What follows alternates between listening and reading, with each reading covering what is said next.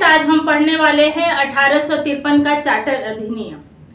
लेकिन इस अधिनियम को पढ़ने से पहले आप इसके पहले के जितने भी वीडियोस हैं जो मैंने बनाए हैं 1773 के रेगुलेटिंग एक्ट से लेकर 1833 तक का चार्टर अधिनियम, आप उस वीडियो को पहले जरूर देखें। आप मेरे प्लेलिस्ट में जाकर देख सकते हैं उन वीडियोस को, तभी आपको जो है ये अधिनियम आपको समझ में आएगा। तो बात करते हैं हम 1853 का चार्टर अधिनियम। सबसे पहली बात कि ये जो 1853 का चार्टर अधिनियम है यह आखिरी चार्टर अधिनियम है, क्योंकि इसके बाद कंपनी का शासन जो है वो समाप्त हो जाता है। हम जानते हैं कि 1858 में जो है ब्रिटिश क्राउन के तहत जो है भारत का शासन रख दिया जाता है, तो इसीलिए यह आखिरी चार्टर अधिनियम है। और पहला चार्टर अधिनियम जो आया था वो आया था 1793 का चार्टर अधिनियम। इस अधिनियम में क्या क्या प्रावधान किए गए थे इसके बारे में हम बात करेंगे। तो सबसे पहला प्रावधान जो किया गया था वो ये किया गया था कि अब कंपनी के शासन को जो है वो 20 वर्षों के लिए नहीं बढ़ाया गया। हमने पिछले सारे एक्ट में देखा कि कंपनी का जो शासन था उसको 20-20 वर्षों के लिए बढ़ाया जा रहा था, लेकिन इस अधिनियम में यह कह दिया गया कि जब तक संसद चाहे तभी तक आप भारत का शासन कर सकते हैं, यानी कि अब आपका शासन जो है वो भारत में कभी भी समाप्त कर दिया जाएगा। इसके बाद अगला प्रावधान जो किया गया, हमने पिछली कक्षा में पढ़ा था कि भारत के गवर्नर जनरल को कानूनी सलाह देने के लिए एक विधि सदस्य की नियुक्ति की गई। वो सदस्य थे लॉर्ड मैकाले। तो अभी तक जो वो सदस्य था वो जो था वो अस्थाई नहीं था, वो पूर्ण नहीं था, यानी कि उससे वोट देने का अधिकार नहीं था। इस अधिनियम के तहत उसे अस्थाई बना दिया गया और उसे वोट देने का अधिकार दे दिया गया। इसके अलावा क्या किया गया कि गवर्नर जनरल की परिषद में कानूनी सलाह के लिए 6 अन्य सदस्यों की भी नियुक्ति की गई। उन 6 सदस्यों में से जो पहले सदस्य थे वो कलकत्ता उच्च न्यायालय के मुख्य न्यायाधीश थे, उसके अलावा एक और न्यायाधीश थे, और बंगाल, मद्रास और बम्बई प्रेसिडेंसिया जो थी वहां से एक लोगों को लिया गया, और उत्तरी सीमांत क्षेत्र से भी एक सदस्य को लिया गया। तो इस तरह जो कानून परिषद बनाई गई उसमें सदस्य संख्या जो थी वो 10 हो गई। आगे इस अधिनियम में क्या किया गया, तो इस अधिनियम में आगे किया गया कि निदेशक मंडल की सदस्य संख्या जो थी वो 18 कर दी गई। आप जानते हैं कि निदेशक मंडल, बोर्ड ऑफ कंट्रोल और बोर्ड ऑफ डायरेक्टर्स, 2 तरह की जो थी बॉडीज काम कर रही थी। तो जो कोर्ट ऑफ डायरेक्टर्स थे, वो कोर्ट ऑफ डायरेक्टर्स कौन होते थे, तो वो कंपनी के शेयर होल्डर्स होते थे।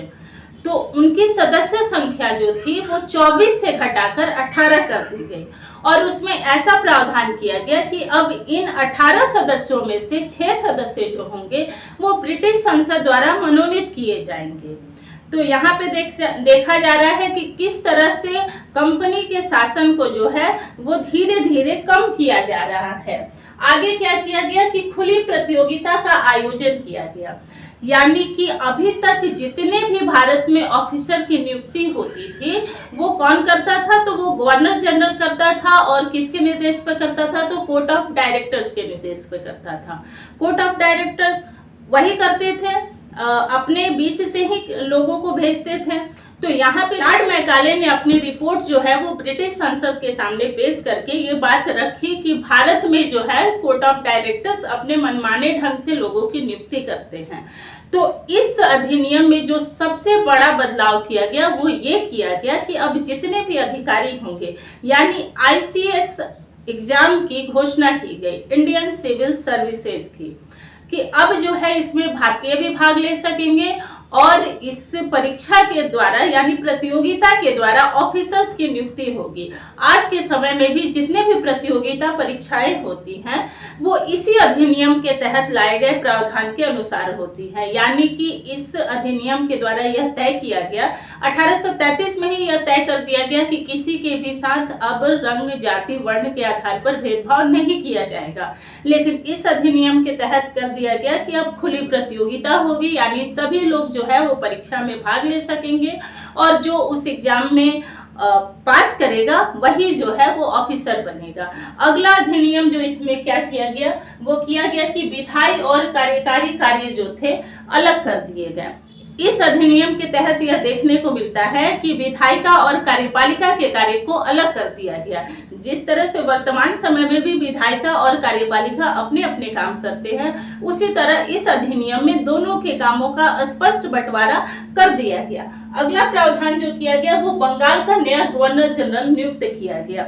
इसमें क्या होता है कि जो हम देखते हैं पिछले क्लासेस में भी हमने पढ़ा है कि किस तरह से गवर्नर जो था उसे बंगाल का गवर्नर जनरल बनाया गया, फिर उसे भारत का गवर्नर जनरल बना दिया गया।